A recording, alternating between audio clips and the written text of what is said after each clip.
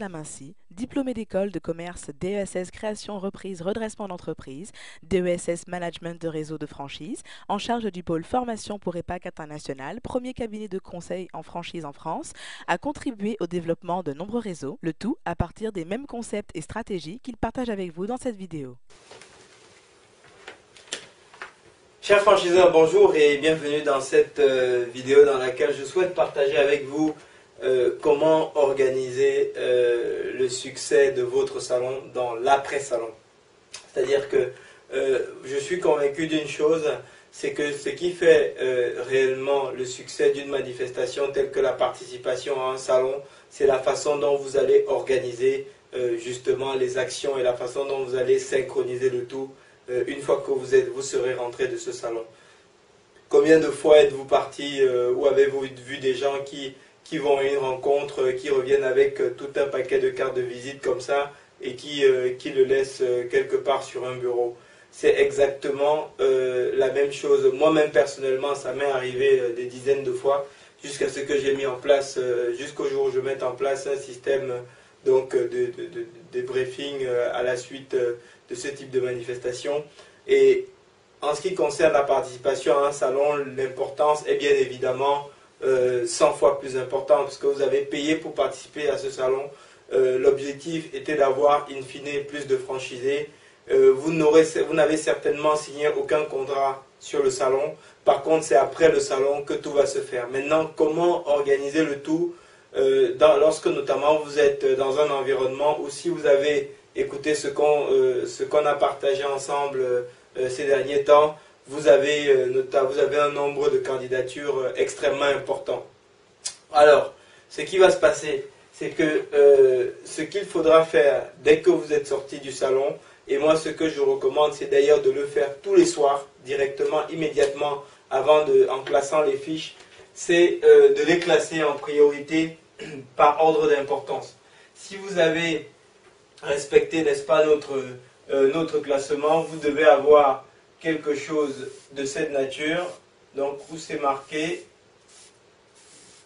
voilà, oui, non, et ici vous avez urgent, vous avez qualifié, oui, non, et donc si vous avez oui sur les deux, ça veut dire que vous êtes face à un A.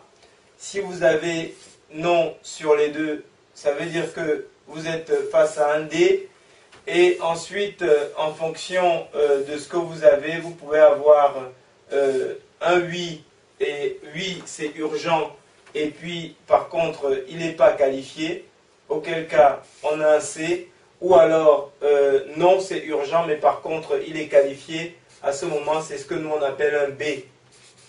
Donc ensuite, quand vous avez votre classification de cette façon A, B, C, D, ça vous permet de déterminer quels sont les prospects que vous allez commencer à relancer en premier. Évidemment, vous commencez par relancer les A, c'est-à-dire que ceux qui sont qualifiés en termes notamment d'apport, de profil, etc., et qui souhaitent également réaliser leur projet dans un délai proche, c'est-à-dire 3, 6, voire même 9 mois. Donc ça, c'est des gens que vous devez impérativement rappeler le lendemain du salon, quel que soit ce qu'il arrive, pour pouvoir avancer avec eux. Et si vous avez écouté ce qu'on a dit depuis le début, pareil, vous avez dû déjà définir avec eux une espèce de rétro-planning, pris des rendez-vous de visite de points de vente, etc., etc. Donc c'est eux qu'il faut rappeler en premier. Ensuite, il faut rappeler ceux pour qui le projet est censé ne pas être urgent, mais qui ont l'apport nécessaire. Parce qu'on ne sait jamais, ça peut devenir urgent assez rapidement si jamais vous savez vous savez leur donner des raisons de se presser, entre guillemets. Parce qu'en réalité, les gens n'ont pas souvent de contraintes personnelles réellement fortes qui leur empêchent de réaliser le projet. C'est à vous de leur montrer que qu'il y a une raison de se presser. Alors, nous, par exemple, chez Franc Profit, ce qu'on fait pour les franchiseurs qui nous confient le travail, c'est que on sait qu'en général, lorsqu'il y a un bon emplacement en vue, même les personnes pour qui ce n'était pas urgent finissent par presser le pas. Et donc, ce qu'on fait, c'est que pour les franchiseurs dont on gère le développement, nous avons une démarche proactive au niveau de la recherche d'emplacement. Nous allons chercher les emplacements pour les candidats auprès de qui on a vérifié qu'ils étaient préalablement qualifiés en termes d'apport, de profil, etc. et qu'ils n'avaient pas d'éléments bloquants majeurs en termes d'urgence. Donc pour eux, ce que nous on fait, c'est qu'on va chercher des emplacements. On leur dit, hey, monsieur le candidat franchisé, il y a tel emplacement sur la zone sur laquelle vous souhaitez vous implanter.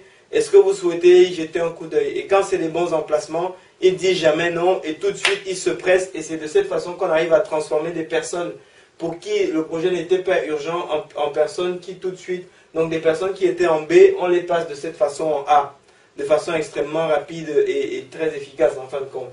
Donc, et comme ça, donc, le travail est fait de façon hebdomadaire, il y a tout le temps des mails qui partent pour alerter les candidats d'opportunités immobilières, des mails ou des SMS, etc., ou même des coups de fil. Donc de cette façon, on commence d'abord par traiter les A et les B, et ensuite on traite les C et les D par la suite. Donc ceux qui sont qualifiés au niveau de l'apport, mais ceux qui ne sont pas qualifiés pardon, au niveau de l'apport et qui par contre veulent faire quelque chose. Et donc voilà, c'est aussi des gens qui sont potentiellement intéressants. En tout cas, nous, chez Fonds Profit, il y a également une technique que nous utilisons pour pouvoir les rendre qualifiés, parce que c'est des gens qui ont aimé le concept pour lequel ils postulent, mais simplement, et qui a priori peuvent développer un tel concept, mais qui simplement n'ont pas l'apport nécessaire pour pouvoir réaliser le projet. Alors, ce que nous avons fait chez Fonds Profit, c'est que nous avons une base de données d'investisseurs, de personnes que nous avons prospectées et à qui nous avons expliqué comment fonctionne la franchise et qui souhaitent investir dans la franchise. Donc, simplement, ils cherchent des projets. Ils ont vocation ce qu'ils recherchent, c'est rester minoritaires dans l'affaire du franchisé, profiter de l'effet de levier de la dette pour pouvoir, n'est-ce pas, fructifier leur capital, qui par ailleurs leur permet de défiscaliser à titre personnel. Donc, c'est de cette façon, donc à ce moment, dès qu'on a un prospect, donc candidat franchisé pour une enseigne dont on a le développement, qui est intéressé, qui veut faire quelque chose rapidement mais qui n'a pas l'apport, bah, on va dans notre base de données d'investisseurs, on monte le business plan, on le présente. De cette façon, on lève le complément d'apport qui va venir consolider l'apport du candidat et ensuite rendre le projet possible. Donc c'est un petit peu comme ça qu'on arrive à faire en sorte que des personnes qui étaient même en catégorie C, c'est-à-dire qui n'ont pas l'apport, mais par contre qui veulent faire quelque chose rapidement, on arrive à booster le taux de conversion sur cette cible-là. Par contre, en ce qui concerne ceux qui n'ont ni l'apport, ni ne souhaitent faire quelque chose rapidement, notre conviction, c'est qu'ils ont peut-être besoin de faire mûrir un petit peu plus le projet dans leur tête. Et que quand ils seront prêts à ce moment, on les sollicitera. Et à cela, on leur envoie de la documentation sur qu'est-ce que c'est que la franchise, qu'est-ce que ça peut leur apporter, pourquoi ils ont intérêt à se décider. Et à chaque fois, ils ont dans le mail, n'est-ce pas, ils peuvent télécharger les documents, les différents rapports. Ils peuvent à chaque fois cliquer pour dire je souhaite être recontacté pour être mis en relation avec une franchise. Donc voilà, c'est un petit peu comme ça que vous aussi, vous pouvez exploiter les mêmes stratégies, les mettre en place chez vous pour pouvoir, n'est-ce pas, maximiser les taux de conversion que vous allez avoir sur les différentes cibles. Ou alors, purement et simplement, si vous avez une question, n'hésitez pas à nous contacter, nous passer un coup de fil pour savoir comment est-ce qu'on s'y prend pour certains montages en particulier. Alors, voilà un petit peu ce que je souhaitais partager avec vous sur la façon dont vous pouvez organiser, n'est-ce pas, votre système de relance par la suite pour pouvoir être efficace à la suite de la participation à un salon. Bien évidemment, derrière tout ça, pour ceux pour qui la signature ne se fait pas tout de suite, parce que ça va quand même arriver, ça il faudrait que vous vous y prépariez. Vous avez des séquences qui sont préalablement, des séquences d'emails qui sont préalablement construites et optimisées et qui pour le format de concept auquel il est intéressé et en fonction de la catégorie de candidat franchisé à laquelle il appartient. Est-ce que c'est un créateur? Est-ce que c'est un salarié en reconversion? Est-ce que c'est un investisseur? Est-ce que c'est un commerçant installé ou une autre catégorie? Vous avez, n'est-ce pas, les argumentaires spécifiques qui vont partir, qui vont l'abreuver automatiquement, et en fonction de la façon dont il réagit, des liens sur lesquels il clique, il sera redirigé sur certaines campagnes, rappelé immédiatement, etc. etc. Donc c'est un petit peu comme ça que les choses sont construites à ce niveau-là, et notamment un autre élément que vous pouvez surveiller pour pouvoir et aussi maximiser, n'est-ce pas, le retour que vous aurez à la suite du salon, c'est vos emails. Quand vous envoyez des emails,